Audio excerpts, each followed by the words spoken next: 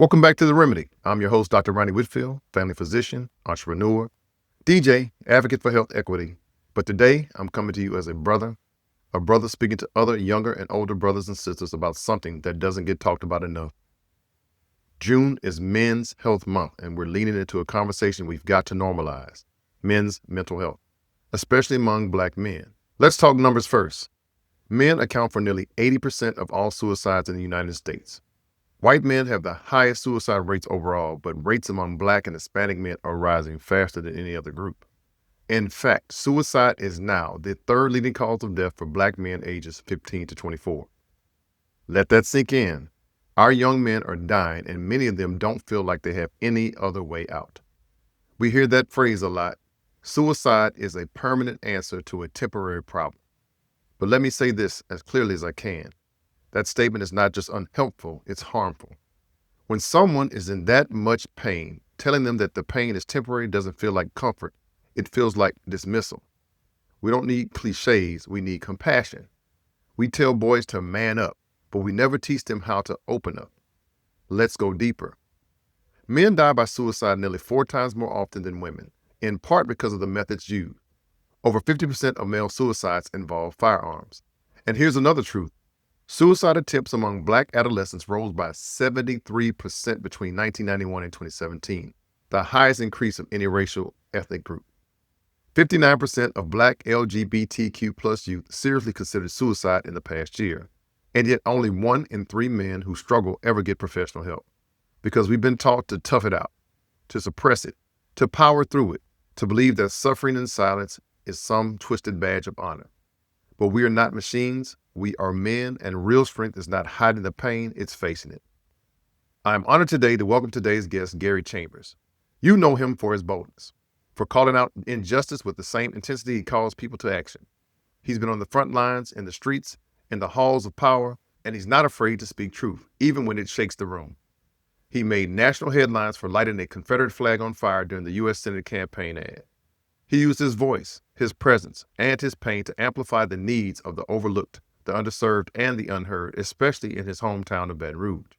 But today, we're not just talking to Gary the activist, we're talking to Gary the man, the father, the friend, the human being who carries the weight of being everyone's advocate, while still trying to make sense of it all.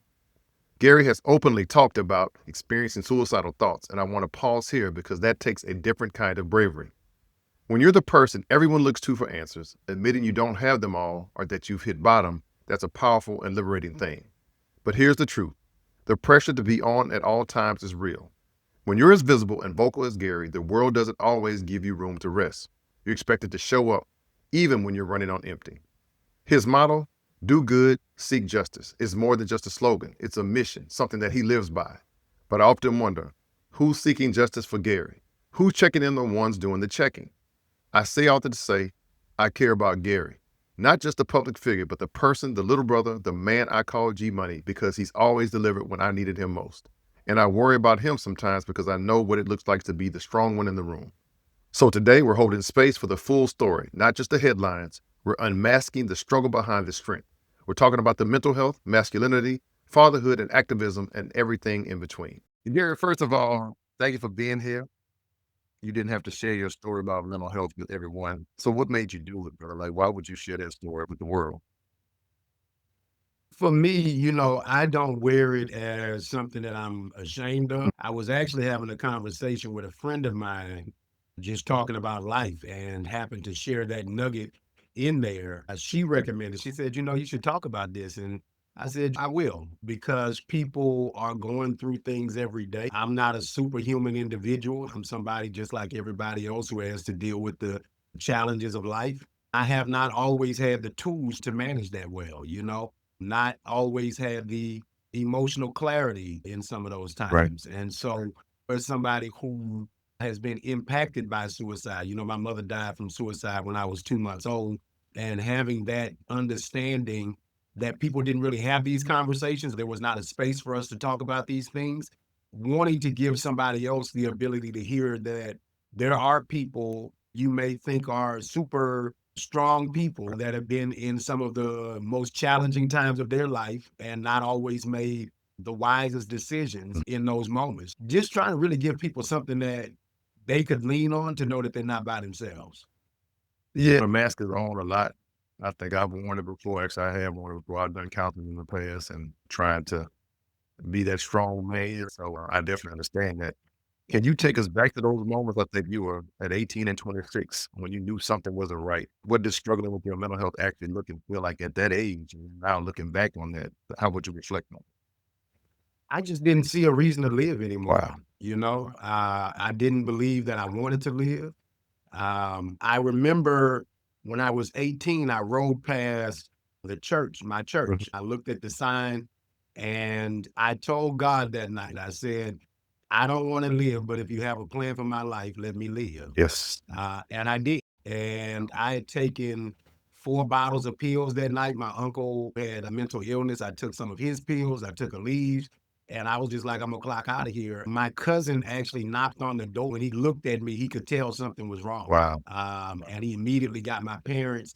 My parents took me to the hospital. My mom is a deeply spiritual woman. She prayed for me.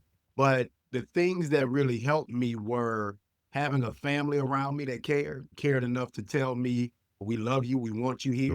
Hmm. And even with that, so that's 18 that I go through this moment. And then again at 26, I have another dark moment in my life that I don't know how to handle. And I decide I don't want to live. At this point, I have a daughter that is 2, 3, somewhere in that age. And I am so glad I did not succeed. Wow. We all are brothers. All of the things that I would have mixed up, Right. all of the conversations, the experiences, the life nuggets, the ability to do some pretty consequential things in advocacy. None of that would have happened if I clocked out of here at 26. Most people would not have ever known who I was, heard anything about my advocacy, my work. My businesses would not have gotten off the ground to be where I am today. I'm just grateful that I failed at that. Yeah. Yeah. That's a blessing, man. That's a powerful statement. I've been deep and dark, but I never been there before. One of the worst statements that I've ever heard, and I want you to comment on this, is that suicide is a permanent answer to a temporary problem. When you're that overwhelmed with something that you feel hopeless, for him to make that statement, I was like, wow, how does that make you feel? And that a medical professional would say that suicide is a permanent answer to a temporary problem. I would have to agree with it because the emotions you feel, though they are extremely powerful Mhm. and sometimes you can't see on the other side of today. My grandmother gave me a quote in the hospital when I attempted suicide. She said, baby, keep going to sleep and getting up in the morning. It gets better. If you keep going to sleep and getting up in the morning, the intensity of the emotions that you feel today will not be the same 5 days from now. They may not be the same 5 months from now. A whole lot of other things can happen in your life that will shift you from where you are when you're in that dark place. The thing to remember is no matter if someone died, no matter if you lost a job, no matter if someone told you they don't love you, no matter if people have walked away from you, there is a better day. Yes.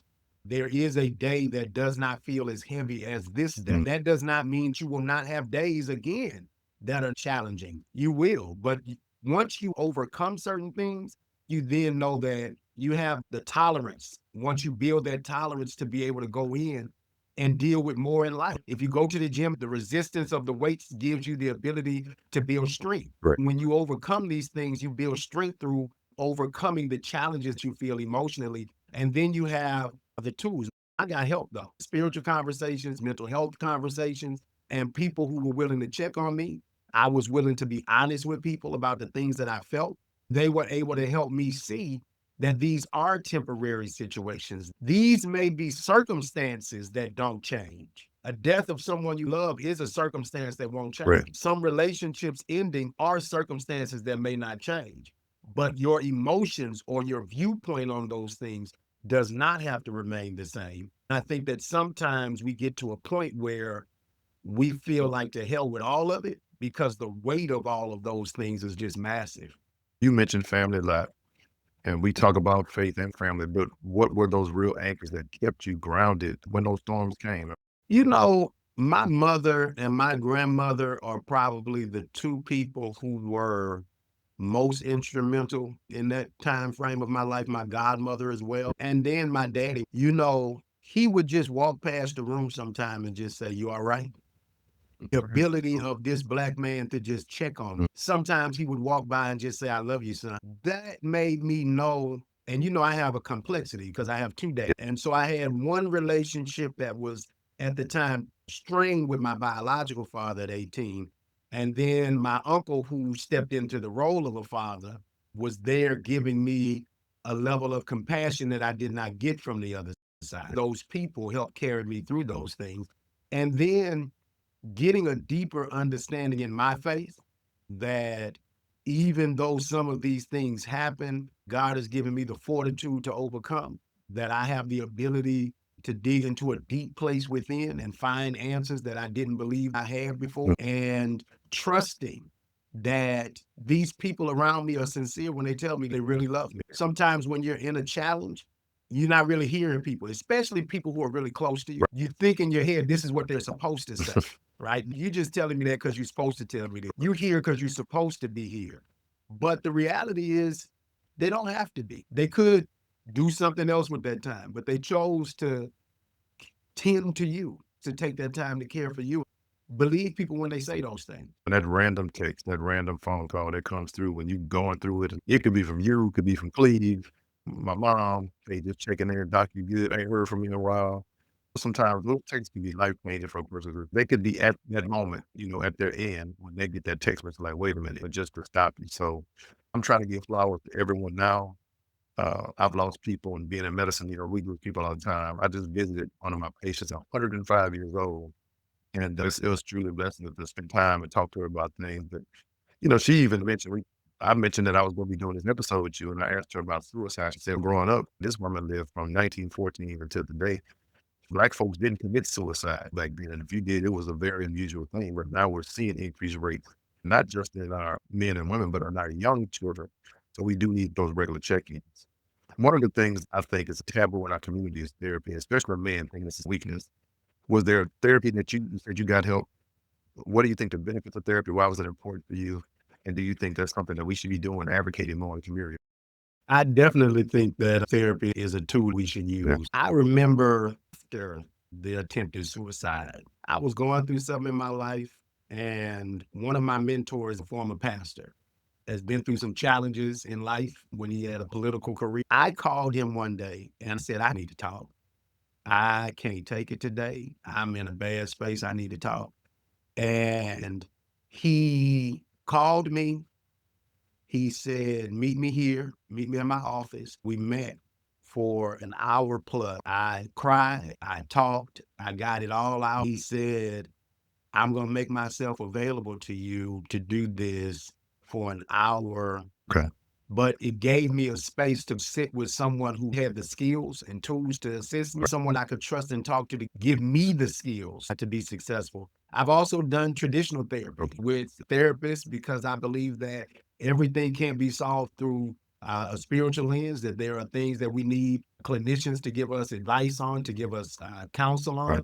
on, to give us tools and skills that we can work through. Those things have been helpful to me throughout my journey. I believe that you ought to, for me personally, I've had the struggle of, can I trust the people that I'm talking to, with the fullness of who I am? And so that was a challenge for me. And I know that may be a challenge for some men to go into certain spaces. If you are struggling with an area that is too much to unpack by yourself, it's not healthy for us to hold all of that in. It's not healthy for us to, not exert the tears that we feel Right. sometimes as men. That doesn't make us weak. It actually makes us strong to show that level of emotion. We put these burdens on ourselves a lot of times as men that we got to solve everything. Who fixes you when you broke, though, That's right? And so you need somebody that can help you get the tools and skills. The reason I think that therapy is critical is there are skills and tools that you're not going to get in a conversation with your homeboy. There's skills and tools that you're not going to get in a conversation at the barbershop unless you're talking to a therapist or right. somebody who's gone through the process of going to therapy. You in the barbershop basically shooting the shit with a bunch of people who share the same perspective sometime as you. Yeah. And that doesn't necessarily help you to become more successful in your relationships. And I think that's critical for all of us. We're going back to that therapy piece. Yeah, spiritual counseling is good, but sometimes you need that professional help, someone that can give you some advice to manage and cope with depression, anxiety, even if it comes down to medication. And some people are averse to like, I don't need no pills, doc. I ain't crazy. The first thing folks think. But you have to have all the tools in your toolbox to address these things. You know, Doc, I want to say that a lot of folks think that if I got to take, and I've never had to, as an adult, use medication, but if a therapist had recommended it to me, I wouldn't have been afraid of it. This doesn't have to be a permanent part of your life in many of those situations. This may be something that helps you in this period of your life. I really want to say to brothers, if you're hearing this, don't be afraid of the tools given to you to help you be more successful. We just had an incident take place in our city where a brother had a mental health episode and ran over a police officer. My question in that scenario is, did this brother need medication? Did he get the support that he needed? Did he have the help that he needed? And what challenges did he face prior to that day that would lead him into such a horrible decision that day? And there's so many people, you may not harm yourself, but you may be harming other people. Specifically, brothers, if you are in relationships with women and you are at a point of being physical with them or harming them, your mental and emotional stability is out of whack. And you need to do something. You need to talk to people. You need to get you some help, because there should be no circumstance where you are becoming violent with the people in your life that you say you love, that you say you care about. A lot of times we don't know how to just directly realize, I may not know how to deal with my emotions when confronted with certain situations, matters of the heart, people who hurt us that we love deeply. But if you are at a point of being physically violent, it means that you are unable to control the emotions that you feel and able to communicate them in a way that is healthy rather than destructive. I would encourage brothers, if you feel like when somebody upsets you that you want to bust them in their shit, you should reconsider going to have a conversation with somebody, because the resolution for us as Black men cannot become, when I'm angry, I become violent to solve these things. Nobody wants to be around you. And one day, you'll be 70, 80 years old. You're going to want somebody to be there taking care of you. If you got dementia, right? And ain't nobody going to be wanting to take care of you if you were brutal. And I'm watching that literally. Doc, you're my parents' physician, my physician. I'm literally watching. My father was not a perfect man, but he never hit my mom. In almost 60 years of marriage, my dad never hit my mom. He never did certain things. He's not a violent or brutal man in any way. Now, he'll defend his family, but he was very much an even keel guy. As a result, he's in his 80s, and there's a woman who want to take care of him. And I see it every time. Somebody loving him to the end of his journey. And that doesn't happen for men who beat the hell out their wives. That's right. Well, outside of them talking about you, she loved that man to death. And that's been a blessing for you to share them with me, to be their physician. And thank you, Doc. Doc has been my doctor for over a decade. You're a bad patient, y'all. You're a bad patient. And I'm not a great patient, but I'm a good friend. I'm a wonderful friend. But I am grateful, and I think it's so critical for us as Black people to have a Black physician, because I've never had a problem that I couldn't come talk to you about. I remember when COVID happened and I was nervous about taking the vaccine. You told me, let's see what goes on with it when it first dropped. And you gave me the clear when it was good for me to do it based on a host of variables that we discussed. When I was feeling like I couldn't get the answers that were going on with my parents at the doctor, I was dealing with certain stuff. I was already calling you because you was my doctor. And then I said, nah, I got to switch my parents over. It's one of the best decisions that I made. And I want to thank you as somebody got all that good education from me. I appreciate what you have been for not just my family, but for the community as a medical professional, because, when Rani Whitfield says something, we trust it, because we know that this is a professional who is concerned about the people he sees. You care for Black people, white people, or people of all races, but I personally just believe in a society that is so often not cared for us the best, not been intentional with the care that we get, that it's important to have people who understand that from a personal perspective, caring for us and our families. So thank you for all you do. Brother, I didn't expect you to say that, but I just appreciate it. I don't have words for that. Just thank you so much. And thank you for trusting me with your health as well as your parents. Before we wrap, the leaders, the activists, the men on the front lines who are exhausted, but don't feel like they have permission to rest. What do you say to them, Gary? I know a lot of these brothers, they grind. The sleep is the new hustle. What do you say to these brothers about just the 24/7 grind? You know, I think that there are periods where it makes sense for us to grind, and then there are periods where we know that we gotta rest. I'm pedal to the metal type of guy when it's on, but I also know how to take time to get away, to reflect, because that's how you end up clicking out and crashing out too. Because you don't take the time to get away. And I find that when I have not, taken the time to go get whatever respite I need, I might be a little more snappy, less patient in conversations. And in the work that I do, you're going to be criticized regardless, because I'm not dealing with rosy situations most days. I'm dealing with very intense and complicated situations. People are usually not excited when I walk in the room. So me being more agitated because I haven't gotten adequate rest, or because I'm not doing the things that allow me to get a break away from this work, means that I'm not functioning at the best when I'm doing this, No, it's- maximizing each opportunity. I just did a song called "Something's Got to Give." The responsibilities and pressure on men, and how eventually something's got to give. It's either going to be your mental health, or you take a break and rest and recover and come back 100% strong. So something's going to give. My father used to say pressure bust pipes. So you put enough, you continue putting pressure, something's going to give. So that could be the aneurysm, the stroke, mental health breakdown, whatever it might be. So something is going to give if you don't take the time to take care of yourself. Well, look, brother, you all over the country lately speaking. What's next for Gary Chambers? I don't think that I'm going to be on the ballot for a while. I get that question quite often.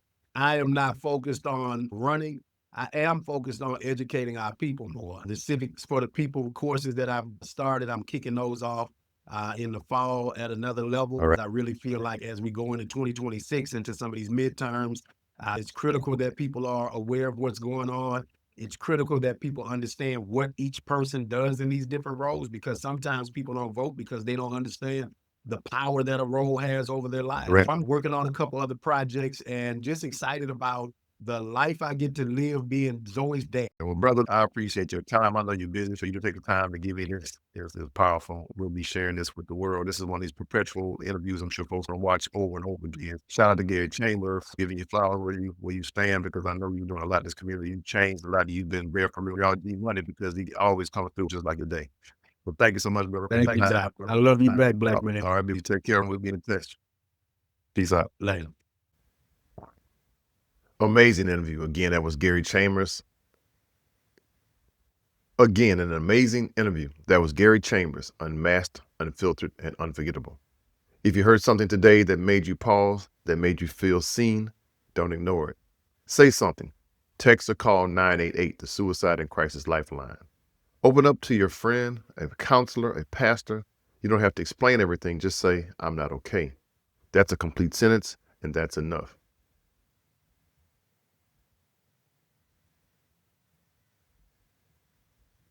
Look out for the brothers in your life, and as Royce the 5'9" said in one of my favorite songs, check on your strong friend. Warning signs don't always scream, sometimes they whisper, so look for them. Signs like withdrawal, irritability, substance abuse, reckless behavior, hopelessness, changes in sleep patterns or behavior. And when you do hear those whispers, listen without judgment. Sometimes the most powerful thing you can say is, I'm here. If you're looking for something to read, pick up Cry Like a Man by Jason Wilson. It's raw, it's real, and it's one of the most honest books on masculinity and mental health that I've ever read. And for the soundtrack to this journey, Kendrick Lamar, Mr. Morale, and the Big Steppers. Start with Mother I Sober. It's not a track, it's therapy with a beat. And speaking of music, I've got something special on the way. My upcoming track, Something's Gotta Give. A personal tribute to men's mental health. It's the anthem that I needed, and maybe the one that you do too. I'll be taking a break from the podcast for a minute. During my 6-week time off, I'll be finishing the music video for Something's Gotta Give and working on some powerful episodes that'll drop when I return. So stay locked in. And before I go, let me leave you with something that I say to young kings I work with all the time. They don't know you care until they know that you. And before I go, let me leave you with something I say to young kings I work with all the time. They don't care what you know until they know that you care. So lead with care, model healing, and normalize help. And never forget, we're born looking like our parents, but we die looking like our decisions. Make the decision to live, to feel, to heal, to keep going. Thank you again to our amazing guest, Mr. Gary Chambers. You're truly appreciated, brother. I'll see you all in 6 weeks with new episodes, new energy, new purpose. Until then, catch up on past episodes on Spotify, YouTube, Apple Podcasts, or wherever you get your audio fix. It's the hip hop doc they call me, H2D. Come on, y'all, let's get hip hop healthy. Until next time, stay strong, peace and blessings. I'm out.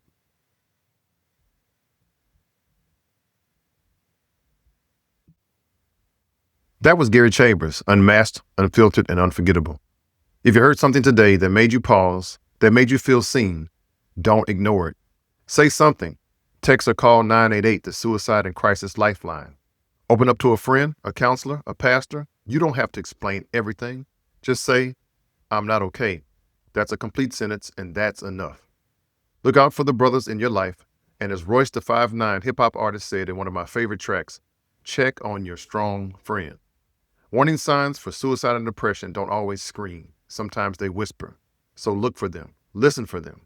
Signs like withdrawal, irritability, substance abuse, reckless behavior, hopelessness, changes in sleep or appetite. And when you do hear those whispers, listen without judgment. Sometimes the most powerful thing you can say is, I'm here. If you're looking for something to read, pick up the book Cry Like a Man by Jason Wilson. It's raw, it's real, and it's one of the most honest books on masculinity and mental health I've ever read. And for the soundtrack to this journey, Kendrick Lamar, Mr. Morale, and the Big Steppers start with the song Mother I Sober. It's not just a track, it's therapy with a beat. And speaking of music, I've got something special coming your way. My upcoming song, Something's Gotta Give, is a personal tribute to men's mental health. It's the anthem I needed and maybe the one you do too. I'll be taking a brief break from the podcast for a minute. During my 6-week time off, I'll be finishing the music video for Something's Gotta Give and working on some powerful episodes that I'll drop when I return. So please stay locked in. And before I go, let me leave you with something I say to the young kings I work with all the time. They don't care what you know until they know that you care. So lead with care, model healing, normalize health. And never forget, we're born looking like our parents, but we die looking like our decisions. Make the decision to live, to feel, to heal, and to keep going. Thank you again to our amazing guest, Mr. Gary Chambers. You are truly appreciated, brother. I'll see you in 6 weeks with new episodes, new energy, and new purpose. Until then, catch up on past episodes on Spotify, YouTube, Apple Podcasts, or wherever you get your audio fix. It's the Hip Hop Doc. They call me H2D. Come on, y'all, let's get hip hop healthy. Until next time, stay strong, stay human, peace and blessings. I'm out. The content on The Remedy with Dr. Rani Whitfield is for informational purposes only and is not intended as medical advice. Always consult with your healthcare provider for personalized medical guidance. Dr. Rani Whitfield is a licensed family physician, but the information provided on this podcast should not replace professional medical consultation.